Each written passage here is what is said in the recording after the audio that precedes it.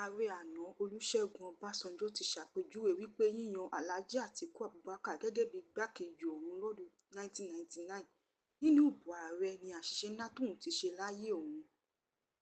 Ọbásanjọ́ sọ eléyìí lánàá nílùú Èkó níbi àpèjẹ kan tí Charlie Boy pè sí.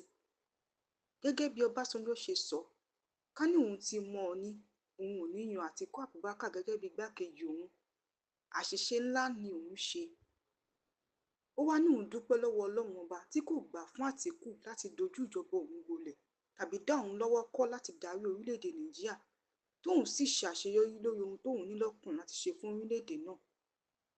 Ọbásanjọ́ àti Atiku ni wọ́n jọ díje papọ̀ gẹ́gẹ́ bí ààrẹ àti igbákejì lábẹ́ ẹgbẹ́ òṣèlú People's Democratic Party (PDP) tí wọ́n sì wọlé ìbò lọ́dún 1999 sí 2007.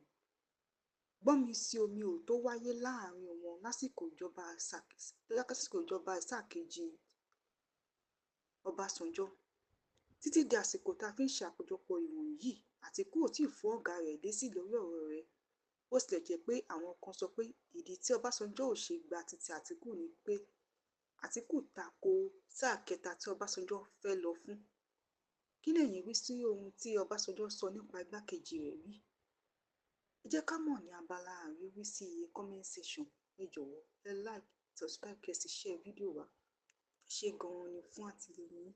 A dúpẹ́, àmọ́ lóore.